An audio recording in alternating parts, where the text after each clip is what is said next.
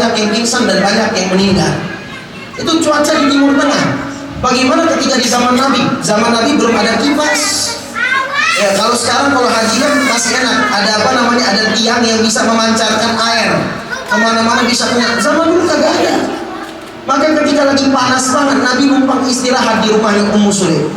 Ketika istirahat, pada saat itu bercucuran keringat dari tubuh mulianya Nabi Muhammad.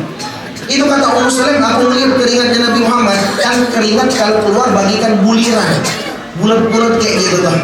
Itu kata Ummu Sulaim, itu bagikan mutiara bercahaya banget keringat Nabi.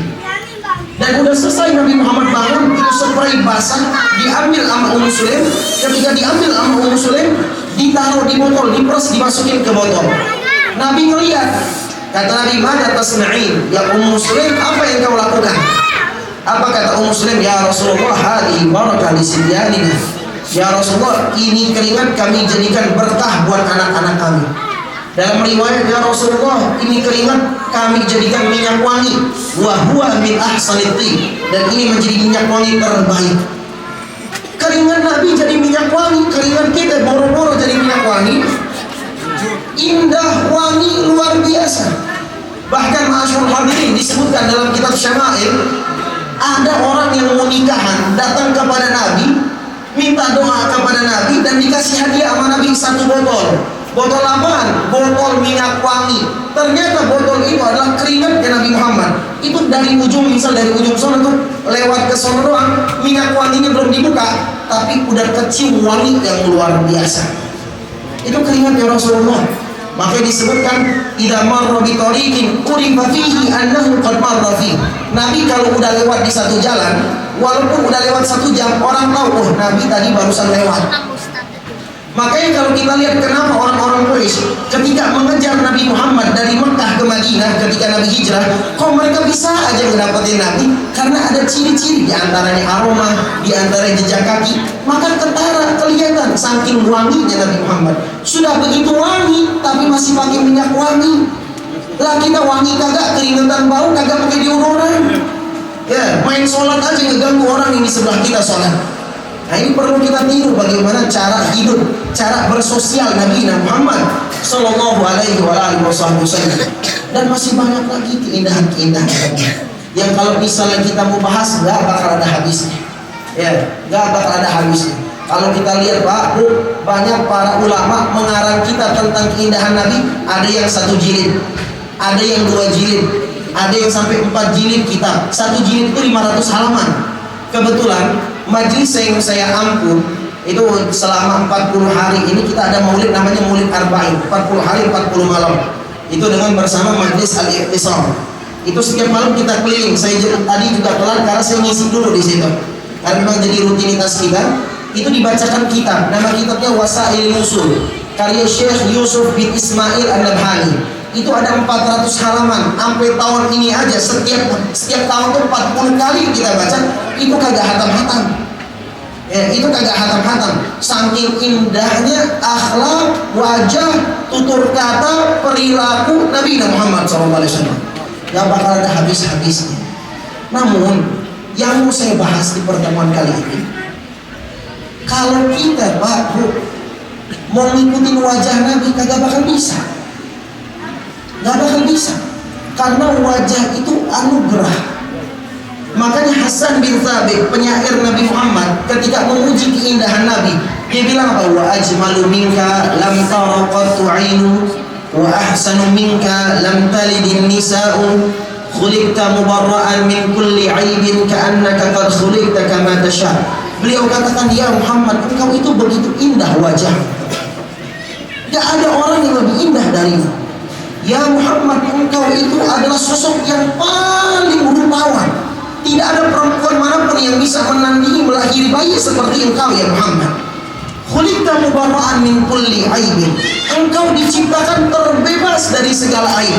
Seakan-akan engkau itu diciptakan by request. PO. Ya Allah, saya pengen hidung kayak gini, telinga kayak gini, mata kayak gini, rambut kayak gini, badan kayak gini. Saking sempurnanya Nabi Muhammad, gak ada kekurangan. Nah kalau kita pengen ngikutin kayak gitu, kita kan gak bayar request Pak. Ya brojol gini-gini aja, yang hidung mengon juga mengon. Ya, apalagi orang yang mancung-mancung biasanya agak mingsil dikit, agak mengap sedikit hidungnya. Ya, kita nggak bisa. Yang mata sipit ya udah sipit, yang telinganya gede ya udah gede, yang dagunya kotak ya kotak, yang dagunya lancip ya juga lancip. Kita nggak bisa. Jangan ikut-ikutan untuk merubah tampilan kita ke dokter. Akhirnya jadi bukan buatan Tuhan, bukan tangan Tuhan, tangan dokter. Makanya banyak orang zaman sekarang wajahnya sama semua, gara-gara apa? Bukan tangan Tuhan, tangan dokter. Kalau tangan Tuhan, lihat aja nih, yang hadir di sini mukanya beragam. Ya, mukanya beragam, ganteng-ganteng, cantik-cantik. Kenapa? Karena ciptaan Tuhan. Kalau ciptaan dokter beda-beda, nggak ada bedanya, sama semua. Nah, masyaallah hadirin yang dimuliakan Allah Subhanahu Wa Taala. Problem kita yang ada di zaman sekarang, kita cuma terpaku dengan yang namanya tampilan wajah. Banyak di antara kita yang berusaha menampilkan keindahan wajah.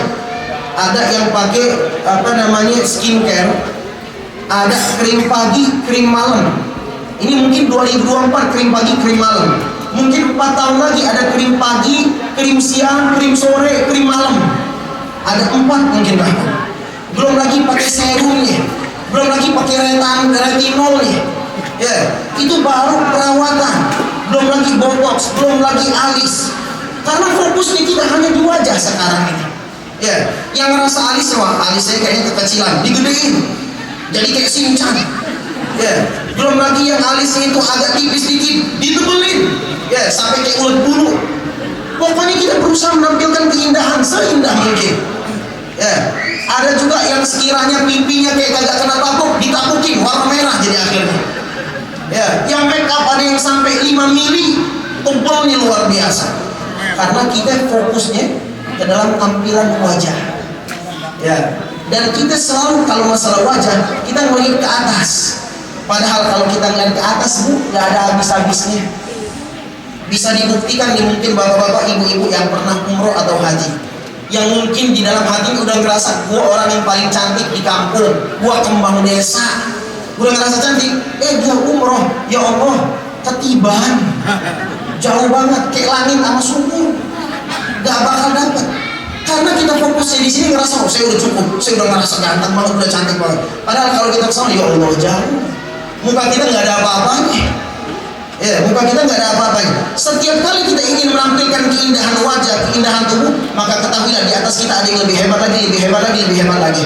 Ketika kita melihat ke atas, nggak bakal kita bersyukur dengan apa yang diberikan oleh Allah, sehingga kita akan mengubah wajah kita, mengubah tampilan kita. Telinga diubah, bahkan sekarang lagi tren-trennya dagu dilancipin. Karena kebanyakan panitia nih ngasih air gelas kagak dikasih sedotan, sehingga kalau agak lancip sini kan enak nih, digedukin aja pecah. Ya, sekarang zamannya masyaallah hadirin, subhanallah. Padahal kalau kita lihat keindahan yang tidak ada tandingannya, keindahan siapa? Rasulullah. Keindahan siapa? Nabi Muhammad. Tapi kalau kita lihat dalam Al-Quran, apakah Allah Subhanahu Wa Taala memuji keindahan wajah Nabi? Tidak. Apakah Allah Subhanahu Wa Taala memuji kegantengan Nabi? Tidak. Bisa kita lihat di dalam surah Al-Qalam, apa yang dipuji oleh Allah? Wa innaka la'ala khuluqin 'azim. Ya Muhammad, sungguh engkau memiliki budi pekerti, akhlak yang mulia. Nah, bapak-bapak, ibu-ibu, dalam bahasa Arab, tampilan wajah sama tampilan akhlak hurufnya sama. Huruf kalau misalnya tampilan wajah dalam bahasa Arab itu kholku, kho, lam dan qaf, kholku atau kholkun. Tapi kalau misalnya tampilan akhlak sama kho, lam dan qaf, bedanya cuma di harokat. Yang satu kholkun, yang satu khulukun, tapi beda makna. Problemnya kita cuma fokus ke tampilan ini, tapi nggak fokus dengan tampilan ini. Ulama mengatakan kita ini sebenarnya punya tampilan dua. Bukan orang yang bermuka dua, bukan. Tampilan hakikatnya kita punya dua. Tampilan zohir yang kita memandang satu dengan yang lain. Yang kedua tampilan batin yang ada di dalam hati kita. Itulah akhlak. Nah, problemnya kita selalu kasih skincare ini, tapi kita nggak pernah kasih skincare ini. Kita nggak pernah kasih retinol ini. Kita nggak pernah kasih serum ini. Nggak pernah kita rawat, nggak pernah kita botox. Kita diemin aja hati kita. Makanya banyak orang mukanya udah ganteng, mukanya udah cantik, tapi duduk sama dia mabuk, kayak duduk sama setan. Duduk sama dia tuh yang kita ini gibah. Duduk sama dia, yang kita ucapkan gosip, yang kita ucapkan ngomong kotor, yang selalu kita duduk sama dia provokatif sifatnya, memusuhi orang, memecah belah orang, menghasut orang, duduk sama dia kagak enak. Bahkan soroha, serius, kalau kita lihat sekarang lagi marak-maraknya perceraian, betul atau tidak? Di mana-mana perceraian. Kalau kita lihat sampai kita bingung, ini orang apa nih, artis Instagram, influencer, selebgram dan semacamnya. Kalau kita lihat ganteng udah, punya duit iya, terkenal juga iya, tapi kok nggak nyaman sama bini sama suami. Lengkap pak. Ini zaman sekarang aja banyak orang yang kagak cukup, kagak nerima dengan keberadaan suaminya. Suaminya kagak kerja atau suaminya kerja tapi gaji dikit, ya dia selingkuh. Tapi ada orang yang aneh, udah dapat semua, rumah ada, mobil ada, apa-apa aja yang dia pengenin diberikan, tapi kok masih selingkuh, masih jajan, masih keluar. Tahu apa? Karena dia tidak mendapatkan sosok rumah di rumahnya. Bagi dia rumah itu bukan rumah. Orang mengatakan baiti jannati, tapi dia merasa baiti nari, rumahku neraka, bukan rumahku surgaku. Maka ketika dia balik, waduh gak enak. Sang istri lebih demen suaminya dinas 3 hari, yang penting duit lu kirim. Duit ada, lu mau dinas seminggu juga kagak apa-apa, yang penting duit dikirim. Ya, dia lebih senang kalau suaminya keluar, lebih bebas. Yang suami pun sama, terkadang balik kerja bu jam 5, tapi nyampe rumah jam 9, bukan macet. Orang kerjanya cuma 15 menit dari sini, setiap hari lembur mulu. Ketika ditanya mana gaji lembur, kagak ada. Padahal tahu kemana, nongkrong dia kemana-mana. Kadang dia ngopi, kenapa nggak dia balik ke rumah pada saat waktu itu? Karena dia merasa di rumah sumpek, di rumah kagak enak, di rumah sumpek. Gara-gara apa? Balik ke rumah, muka bini cantik. Suami ketika datang, suaminya ganteng, tapi suaminya kagak memiliki akhlak. Istrinya kagak memiliki akhlak, maka duduk sama dia kagak enak. Kita kalau duduk sama orang, yang kita pandang itu bukan wajah. Kalau wajahnya pun cantik, wajahnya pun ganteng, tapi dia kagak ada akhlak, duduk sama dia kagak enak. Curhat sama dia kagak enak, ember, cepu kalau orang zaman sekarang. Ya, kita cerita sama dia jebak kemana-mana, bersilsilah. Kita ngomong A ke dia, nyampe ke sono tuh apes, nyampe ke sono lagi apes terus, wah udah banyak. Kagak enak duduk sama dia. Tapi kata Nabi Muhammad dalam hadis, innakum lan tas'un nasa bi amwalikum. Kalian itu gak bakal bisa meraih hati orang dengan harta. Bapak-bapak, ibu-ibu sekalian, saya nggak panjang lebar, takutnya nasinya juga udah dingin, ya. Jadi saya agak persegerakan. Nabi mengatakan kalian gak bakal bisa narik orang itu dengan harta. Jangan dipikir kalau saya punya harta, saya punya kekuasaan. Kalau saya punya harta, semua orang saya bisa beli. Enggak. Orang itu cuma melihat hartanya ente. Ente bangkrut, ente ditinggalin. Karena yang dilihat cuma hartanya. Tapi kata Nabi, engkau bisa menarik orang walaupun ente nggak ada apa-apa dengan cara ente memiliki akhlak. Harta ente miskin, harta ente jelek, harta ente kagak ada apa-apa, duduk sama ente enak. Ente menarik. Ente itu menjadi orang yang selalu dirindukan oleh masyarakat. Gara-gara apa? Akhlak. Makanya penting akhlak. Tapi zaman sekarang orang udah kagak mikirin akhlak lagi. Yang dia pikirin tampilan ini doang. Mau akhlak bobrok, mau tutur kata jelek, banyak kita lihat, banyak kita saksikan. Orang di Instagram, di TikTok dan semacamnya, mukanya cantik, mukanya ganteng, tapi tutur katanya ya Allah, nyebutin semua kebun binatang Ragunan tuh semua disebutin, semua cacian, semua hinaan, semua kata-kata kotor yang keluar. Apa enaknya wajah yang dia miliki? Apa enaknya kecantikan yang dia miliki? Maka nggak heran ketika Nabi mengatakan innal abda la yablughu la yablughu fi darkil asfali min jahannam min su'il khuluq. Sesungguhnya seorang hamba bisa masuk ke dalam neraka jahanam gara-gara apa? Akhlaknya yang jelek. Ketika akhlaknya jelek, bisa masuk ke dalam neraka jahanam. Masyaallah hadirin wal hadirat yang dimuliakan oleh Allah. Begitupun di zaman Nabi Muhammad, ada seorang sahabat muji seorang perempuan, yang mana perempuan ini cantik luar biasa, solehah, sampai dikatakan di dalam hadis tersebut, malamnya dia bangun malam sholat. Bukan nonton Indonesia Bahrain, bukan. Ya, walaupun kalah juga dengan kita ngeliat wasitnya, gede kamu wasit semua, banyak kan orang zaman sekarang. Ya, bukan karena nonton bola bagus nggak apa-apa, Riyadhah. Ya, saya juga termasuk orang yang demen sama bola. Tapi kalau misal orang nonton bola gara-gara gedek sama wasit kagak sholat malam, sayang. Udah pasang alarm jam 8, tidur jam 8, pasang alarm jam 11, udah bisa tahajud, malah kagak.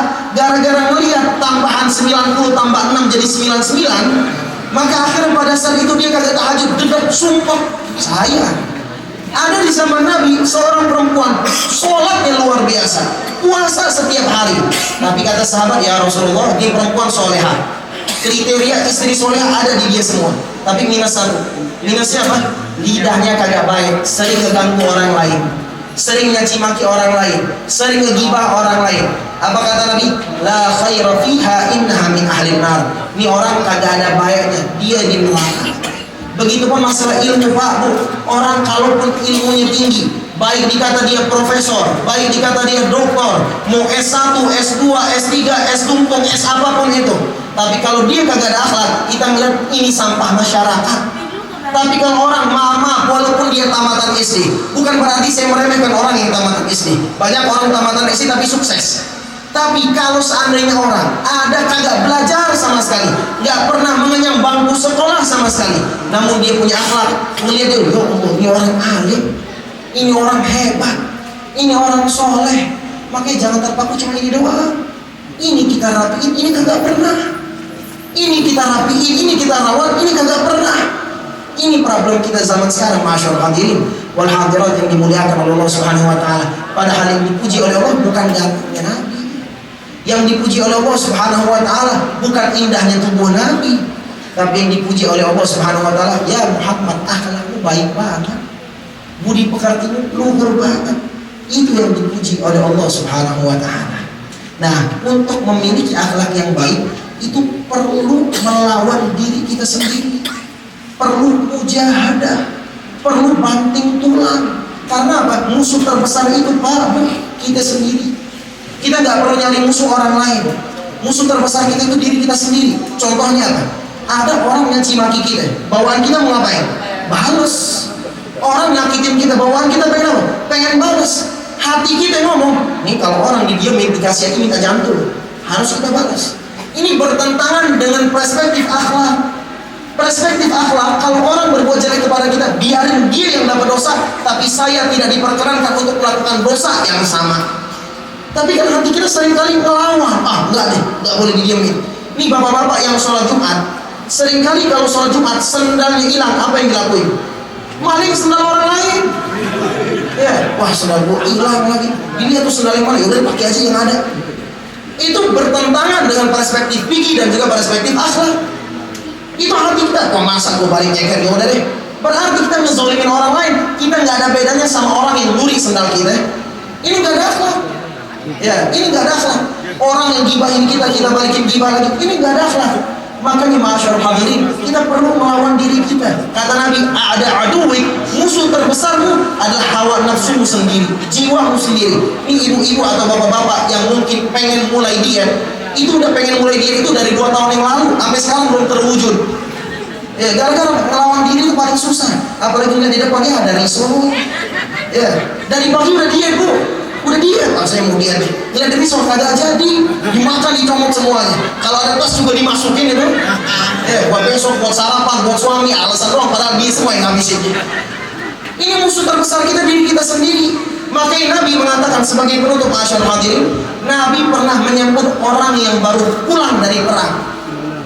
Perang itu kan sulit, perang itu kan capek, mengorbankan nyawa, mengorbankan pikiran, harta, semuanya dia korbankan. Tidak jarang orang yang berperang balik nggak ketemu lagi sama bini sama anak. Nggak jarang orang yang balik dari perang badannya lumpuh, tangannya terputus, banyak yang kayak gitu. Qatadah matanya sampai lepas. Ada sahabat Nabi namanya Qatadah, ketika perang matanya sampai lepas. Bayangin matanya itu tuh sampai apa? Ngeliwer apa bahasa itu? Ya, nyantol di sini. Itu Qatadah.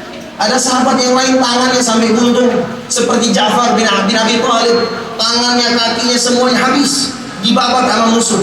Itu ketika apa? Ketika perang.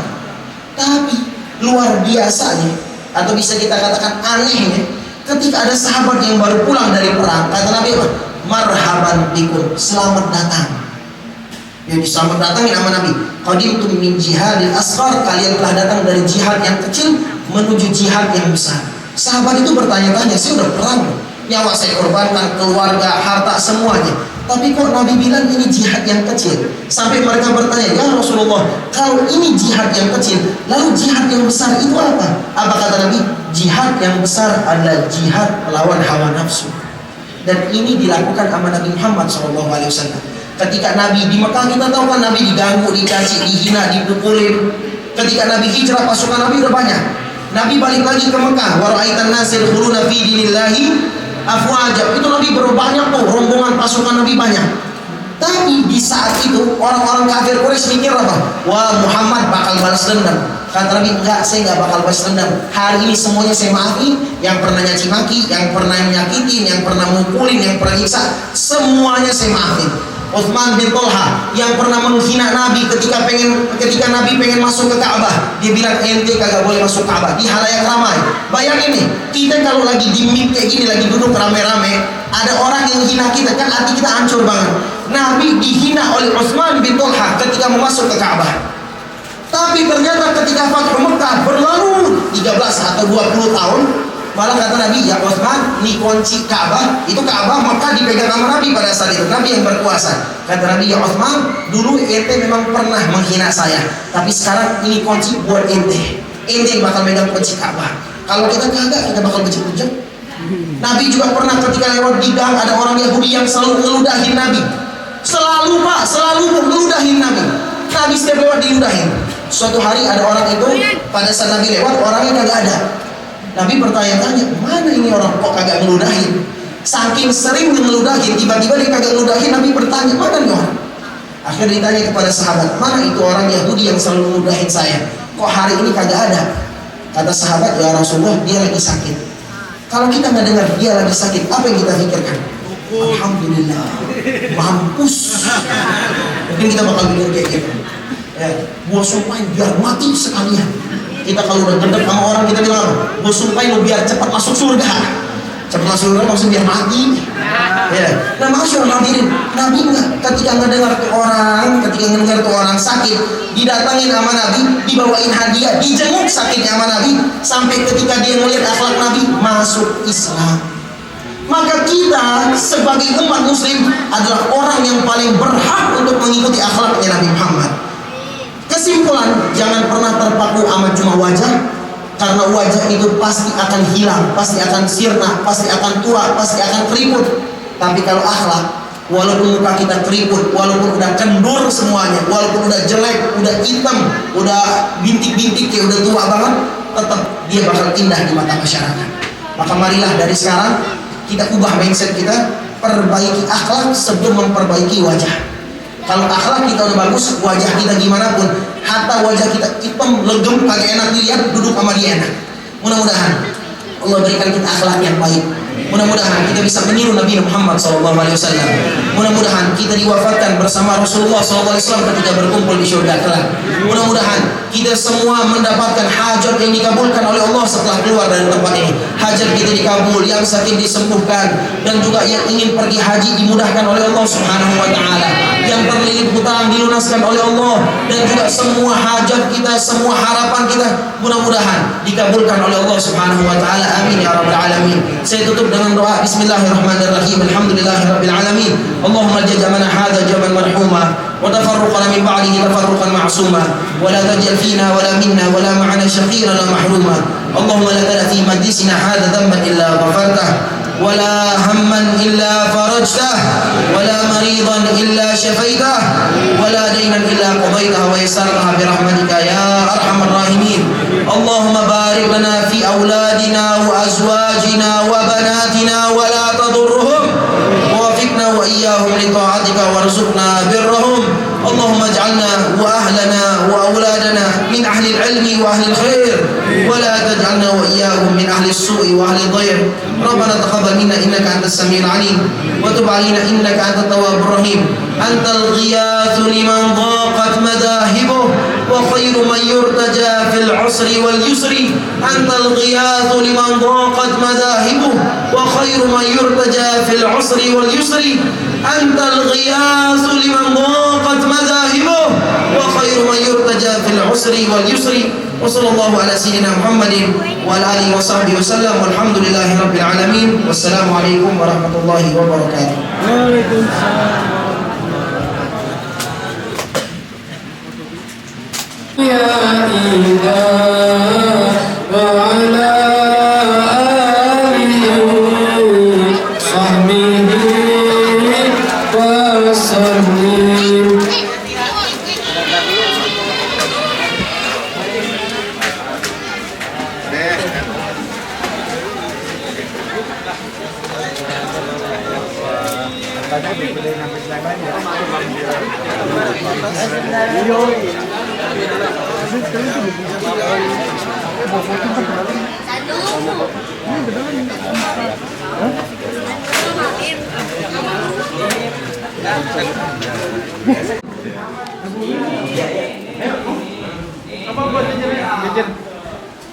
Masuk lagi, mau masukkan deh.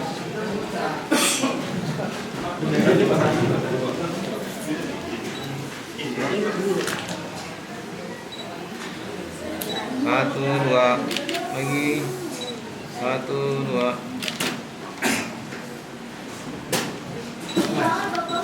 Satu.